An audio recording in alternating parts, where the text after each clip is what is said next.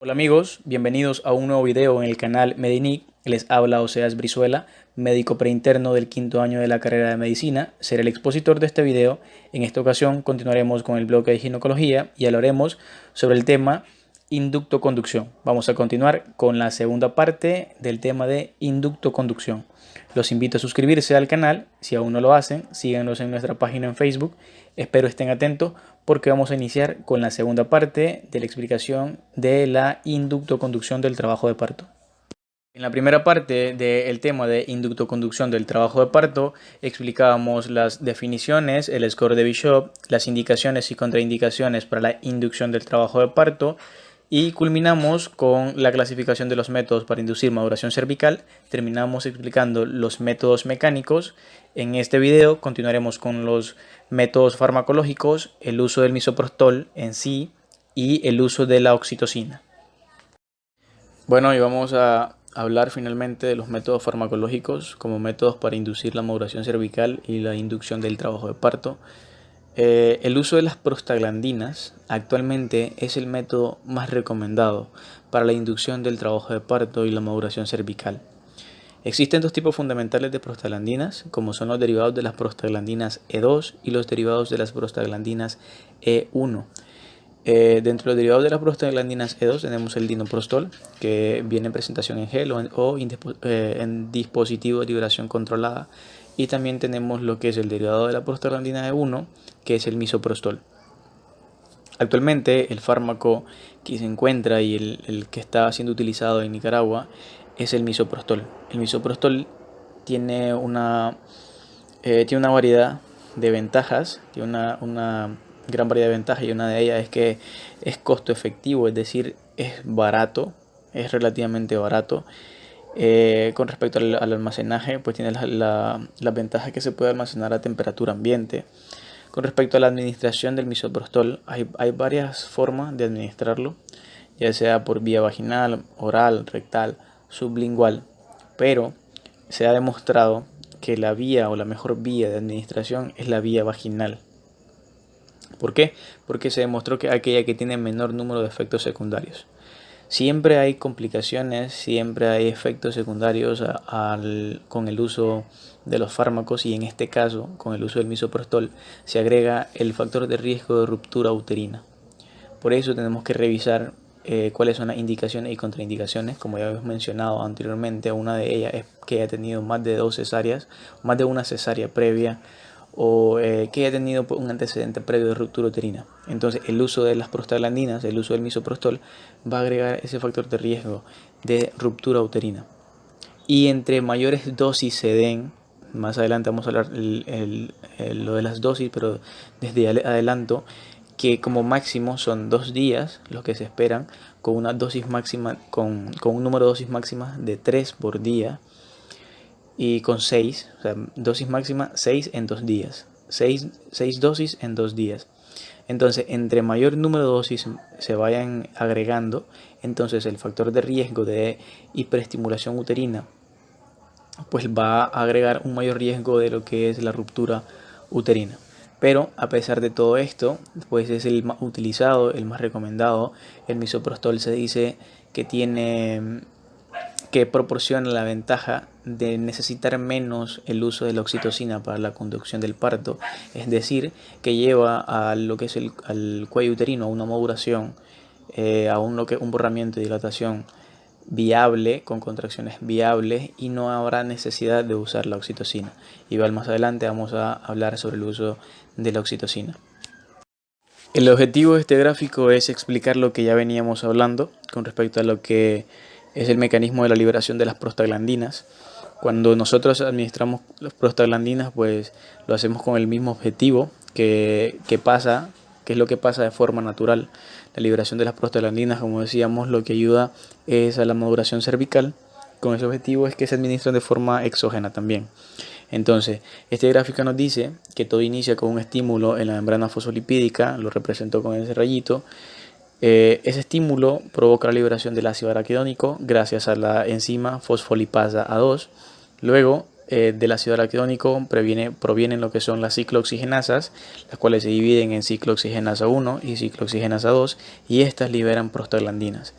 En este caso menciono que es la prostaglandina E1 y la prostaglandina E2, pero existen otras prostaglandinas, estas dos porque son las que nosotros utilizamos para lo que es la maduración cervical. Pero básicamente ese es el objetivo del gráfico, recordarles un poco sobre lo que es el mecanismo natural o el mecanismo fisiológico de lo que es la liberación de las prostaglandinas y el objetivo de usarlas de forma exógena. Y bien, vamos a continuar hablando sobre el uso del misoprostol. Antes de empezar a explicar de lleno el tratamiento para la inducción del trabajo de parto con misoprostol, vamos a hablar de algunos puntos importantes. La vía de administración puede ser sublingual, puede ser oral, puede ser rectal y también puede ser por vía vaginal. La vía vaginal es la que está siendo utilizada actualmente, es la vía de elección, tiene mejor aceptación y tiene menor índice de efectos adversos. La dosis inicial va a ser de 25 microgramos con un intervalo de 6 horas entre una dosis y otra. La dosis puede ser modificada con respecto a la respuesta terapéutica. O sea, si no hay buena respuesta terapéutica con la primera dosis, se puede sumar 25 microgramos más y tener una dosis de 50 microgramos en la siguiente dosis. Con respecto a la dosis máxima, no se debe administrar más de 200 microgramos en 24 horas. El tiempo prudencial para esperar la respuesta a la inducción del parto es de 48 horas, es decir, 2 días, y las dosis máximas van a ser 6 dosis en 2 días que no sobrepasen los 200 microgramos en las 24 horas. Cuando se llegó a una puntuación adecuada, ya tenemos una puntuación en el score de Bishop mayor de 6, mayor o igual a 6 puntos, pero todavía no se desarrollan contracciones útiles, contracciones que vayan a ayudar a la madre a poder finalizar el parto, se puede utilizar lo que es la oxitocina para la conducción del trabajo de parto. Pero para utilizar la oxitocina se debe esperar al menos 6 horas posteriores a la última dosis de misoprostol. En el caso de que se haya utilizado el misoprostol pero nunca se llegó a los 6 puntos en el score de Bishop, se debe clasificar como fracaso terapéutico. En el caso de que ya se dieron las 6 dosis, ya se ha estado induciendo a lo que es trabajo de parto durante 2 días, se cumplió con las 6 dosis y no se llega a una puntuación de 6 o más puntos en el score de Bishop, se debe clasificar como fracaso terapéutico y decidir la finalización del embarazo por otra vía, la finalización del embarazo por vía cesárea. Esto pues, va a estar a criterio del médico tratante. El uso de las prostaglandinas tiene contraindicaciones específicas y dentro de ellas tenemos lo que es el asma bronquial, glaucoma o aumento de la presión intraocular, pacientes con enfermedad renal, pacientes con enfermedad hepática, cardiopatías descompensadas e hipersensibilidad a las prostaglandinas. Con respecto al asma, pues las prostaglandinas pueden causar lo que es una broncoconstricción y empeorar el cuadro, pueden aumentar las presiones intraoculares y predisponer al desarrollo de glaucoma o empeorar lo que es la enfermedad como tal. Entonces hay que tomar en cuenta y hay que hacer un buen interrogatorio. Cuando se examina a la paciente hay que hacer un buen interrogatorio y determinar cuáles son las comorbilidades. Y pues el abordaje se va a hacer independiente para cada paciente. De esa forma pues nosotros vamos a decidir cuál va a ser la mejor vía de tratamiento, si se debe o no se debe usar lo que son las prostaglandinas para lo que es la inducción del trabajo de parto. Bien, vamos a explicar ya directamente lo que es el uso del misoprostol para lo que es la inducción del trabajo de parto. Como ya veníamos mencionando, pues el misoprostol es un derivado de las prostaglandinas, exactamente es un derivado de la prostaglandina E1. Antes de decidir el uso del misoprostol, como ya decíamos, hay que tomar en cuenta cuáles son las indicaciones y las contraindicaciones para la inducción del trabajo de parto. Se debe hacer una examinación completa de la paciente, un buen interrogatorio, un buen examen físico. Se debe realizar exámenes generales para determinar la vitalidad materna. Se debe hacer un monitoreo fetal para determinar la vitalidad fetal. O sea, un monitoreo que sea un trazo de monitoreo fetal que nos confirme que hay una buena actividad fetal, que los signos vitales del bebé están dentro de los parámetros normales, tanto de la madre, y que cumpla con los criterios de inducción del trabajo de parto. Se le debe de determinar cuál es la puntuación del score de Bishop antes de iniciar la inducción de trabajo de parto. Se debe de verificar si en realidad esta mujer está con un embarazo a término y que cumple pues las condiciones para inducir del trabajo de parto. Entonces, con respecto a la primera dosis, pues se va a iniciar con 25 microgramos. Luego, pues las observaciones van a estar dadas por el ginecobstetra. Decíamos que la primera observación va a ser antes de iniciar con lo que es la inducción del trabajo de parto con el misoprostol, y luego a las 6 horas, es decir, antes de iniciar con la segunda dosis, se va a hacer una nueva examinación de lo que es el borramiento y la dilatación del cuello uterino, así como la vitalidad materna, así como la vitalidad fetal, y determinar si se continúa con la misma dosis de misoprostol o si podemos aumentar la dosis. Y bien, vamos a explicar lo que es la segunda dosis. Cuando ya se examinó a la paciente y determinamos de que aún falta que podemos agregar otra dosis en lo que es la inducción del trabajo de parto, porque no hubo una buena aceptación de la primera dosis, porque todavía no hemos llegado a los 6 puntos o mayor de 6 puntos en el score de Bishop para nosotros determinar que tenemos trabajo de parto. Entonces pues valoramos, hacemos lo que es la examinación de la paciente, determinamos lo que es la vitalidad materna, la vitalidad fetal, se toman todos los signos de la madre. Bueno, examinamos lo que es el trazo en el monitoreo fetal. Entonces, y ya una vez viendo que podemos administrar una segunda dosis, ¿verdad? Siempre esperar 6 horas antes de administrar la próxima dosis. Entonces vemos si podemos agregarle la misma dosis con 25 microgramos, o dependiendo de la aceptación de la primera dosis o dependiendo de lo que es la respuesta de la primera dosis, vamos a agregar 50 microgramos. ¿Ok? Siempre y cuando tomando en cuenta que no vayamos a exceder los 200 microgramos en las 24 horas. Algo muy importante que vamos a dejar claro es de que no todas las mujeres van a necesitar 6 dosis. 6 dosis es lo máximo que nosotros podemos esperar para que se inicie trabajo de parto en una mujer que ya se ha inducido. Ok, hay mujeres que van a necesitar una sola dosis y van a entrar en trabajo de parto. Hay mujeres que van a necesitar 3, 4, 5 y hasta la sexta dosis para poder iniciar el trabajo de parto. Entonces, la evaluación va a ir en dependencia de cada mujer. La dosificación va a ir en dependencia de la aceptación del fármaco. Y esto, pues, la evaluación es independiente. La evaluación independiente entre cada paciente, como ya veníamos mencionando anteriormente. Y pues se tiene que tomar en cuenta lo que es la puntuación del score de Bishop para nosotros decidir si dar una segunda dosis. Ok, pues son puntos que tenemos que tomar en cuenta, eso es muy importante. Luego, con la tercera dosis es lo mismo, nosotros volvemos a examinar a la paciente, volvemos a examinar al bebé, si todo está bien, si todo continúa bien, verificamos. Si la madre tiene alguna comorbilidad, pues tenemos que estar verificando los signos vitales y ver si hay una exacerbación o no de su comorbilidad, para determinar si vamos a intervenir o no intervenir el embarazo. Volvemos a hacer el score de Bishop y determinamos si está o no está en trabajo de parto. Si está en trabajo de parto, pues no vamos a continuar y vamos a permitir de que la madre continúe con su trabajo de parto de manera natural.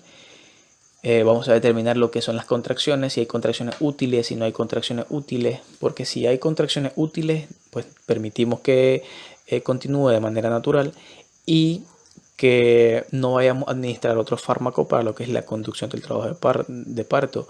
No vamos a necesitar el uso de la oxitocina para conducir el trabajo de parto, porque la madre ya está en trabajo de parto, tenemos una puntuación mayor o igual a 6 puntos en el score de Bishop y tenemos actividad uterina útil. En el caso de que ya llegamos también a los 6 puntos, mayor de 6 puntos en el score de Bishop, y no tenemos buena actividad uterina, entonces podemos usar la oxitocina para conducir el trabajo de parto. Habíamos mencionado que la oxitocina nos permite regular las contracciones uterinas, nos permite darnos más potencia y que las contracciones se vuelvan viables para poder finalizar el embarazo, ¿verdad? Pero solamente en el caso de que se necesite el uso. No vamos a administrar oxitocina por administrarlo, así que tenemos que estar verificando si hay o no hay contracciones útiles. Si no se ha llegado todavía a los 6 puntos, tampoco vamos a administrar oxitocina. Tenemos que seguir con la próxima dosis. Sería entonces en el caso de la cuarta dosis de misoprostol, para lo que es la inducción del trabajo de parto, hacemos las mismas examinaciones con la excepción de que ya tenemos 24 horas transcurridas y a esta cuarta dosis nosotros tenemos que actualizar los exámenes de laboratorio. Tenemos que ver cómo está la evolución de la madre, ver cómo está la evolución del feto y, como decía, pues actualizar los exámenes de laboratorio, ver cómo están los valores de la biometría hemática completa. Igual con respecto a la dosis, tenemos que ver cómo está la aceptación de la dosis anterior y determinar si nosotros vamos o no a aumentar la dosis.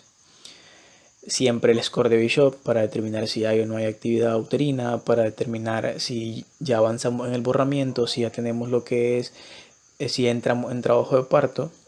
Algo que es muy importante es que entre más dosis nosotros agreguemos a la inducción del trabajo de parto, vamos a tener mayor riesgo de hipersensibilidad uterina y mayor riesgo de ruptura uterina.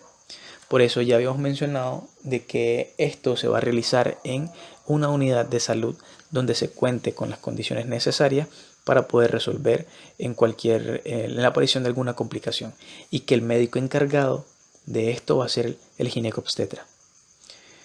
De la cuarta dosis en adelante se suma un mayor riesgo de ruptura uterina. Ok, ahora, si no entramos en trabajo de parto con la cuarta dosis, ya nosotros vamos a estar pensando de que esta mujer va a tener un mayor riesgo de fracaso, de fracaso en lo que es la inducción del trabajo de parto. Con respecto a la quinta dosis es lo mismo, volvemos a darle monitoreo al feto, monitoreo a la madre, determinar sus signos vitales, determinar si no hay exacerbación de sus comorbilidades, verificar si podemos agregar, vamos a la siguiente dosis, verificar si vamos a sumarle a la dosis anterior, dependiendo de la aceptación anterior, hacemos el score de Bishop. Luego, si no, todavía no entramos en trabajo de parto, entonces vamos a la sexta dosis. La sexta dosis es igual, se va a valorar antes de administrarla, valorar al feto, a la madre. Y en el caso de que administremos la sexta dosis y todavía no haya entrado en trabajo de parto, nosotros tenemos que considerar y clasificar a la madre como una terapia para la inducción del trabajo de parto que ha fracasado. Fracaso en lo que es la terapia, en lo que es la inducción del trabajo de parto, ¿verdad? ¿Por qué? Porque se necesita finalizar el embarazo. Una vez que ya nosotros determinamos que hay una falla terapéutica, que hay una falla en lo que es la inducción del trabajo de parto, se tiene que finalizar por vía cesárea. Entonces, es muy importante recordar un poco los puntos importantes a tomar en cuenta, que no se debe exceder los 200 microgramos en 24 horas, de que son 6 dosis máxima en 48 horas, eso es lo máximo que podemos esperar para que inicie el trabajo de parto, de que la oxitocina no se va a utilizar en todos los casos, solamente en el caso de que ya haya iniciado el trabajo de parto y que tenga actividad uterina no útil, porque si hay actividad uterina útil, no va a haber necesidad del uso de un fármaco para la conducción del trabajo de parto. Bueno, esto sería la explicación con respecto al uso del misoprostol, de los derivados de la prostaglandina E1 para la inducción del trabajo de parto. Más adelante vamos a estar explicando el uso de la oxitocina para la conducción del trabajo de parto. Y bien, hemos llegado ya casi al final del video. Vamos a culminar con el uso de la oxitocina para la conducción del trabajo de parto. Debe realizarse después de que pasaron 6 horas de la última dosis del misoprostol. ¿Y en quién? En aquellas mujeres que necesiten el uso de la oxitocina. Habíamos mencionado de que no toda mujer necesita el uso de la oxitocina. ¿Quiénes lo necesitan? Bueno, aquella embarazada de que ya se indujo el trabajo de parto o que llegó a trabajo de parto sin necesidad de la inducción, la revisamos y vemos que tiene 6 o más puntos en el score de Bishop, pero que no tiene buena actividad uterina, que no tiene contracciones útiles para poder finalizar el embarazo, entonces en estas mujeres nosotros vamos a administrar oxitocina.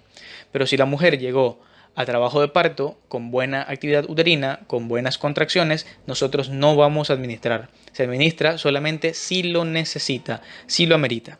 Ok, ¿qué vía vamos a utilizar? Es la vía IV. ¿Por qué? Porque nos garantiza un efecto inmediato con una vida media plasmática de 13 a 15 minutos.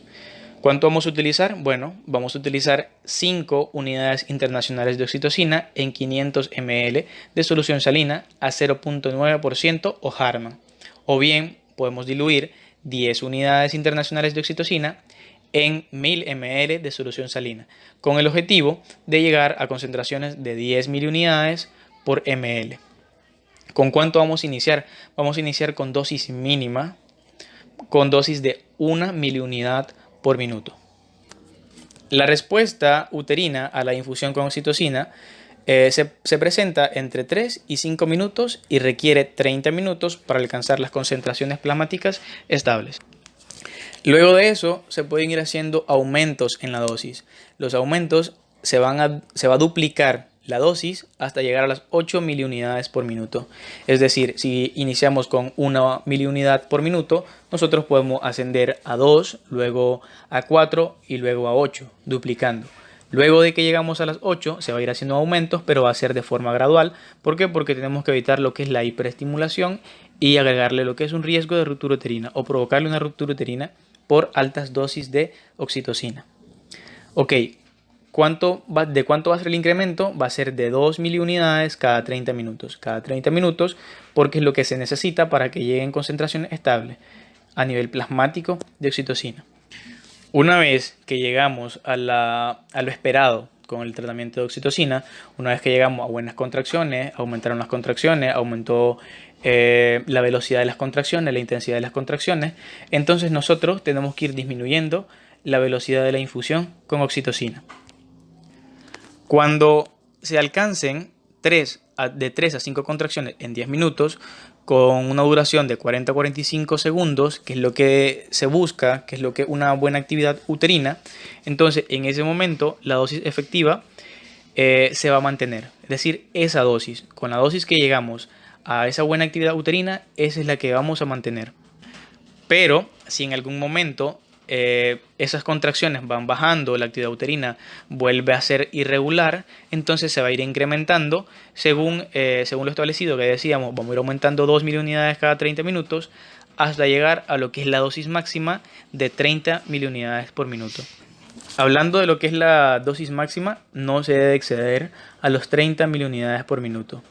¿Por qué? Porque ya decíamos que podemos provocar lesiones uterinas, podemos provocar una hiperestimulación uterina. Entonces el protocolo o la guía con la que estamos estudiando, con la que se está estudiando, o la bibliografía que hemos utilizado para crear este video, nos dice que no se debe exceder las 30 miliunidades por minuto.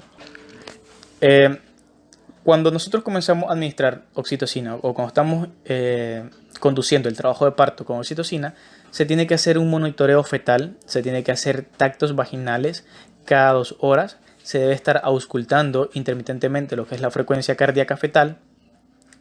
Esto se va a hacer entre cada incremento de la infusión, entre cada incremento de la velocidad de la infusión, entre cada incremento de la dosis. Nosotros tenemos que verificar el bienestar fetal con lo que el monitoreo de la frecuencia cardíaca fetal.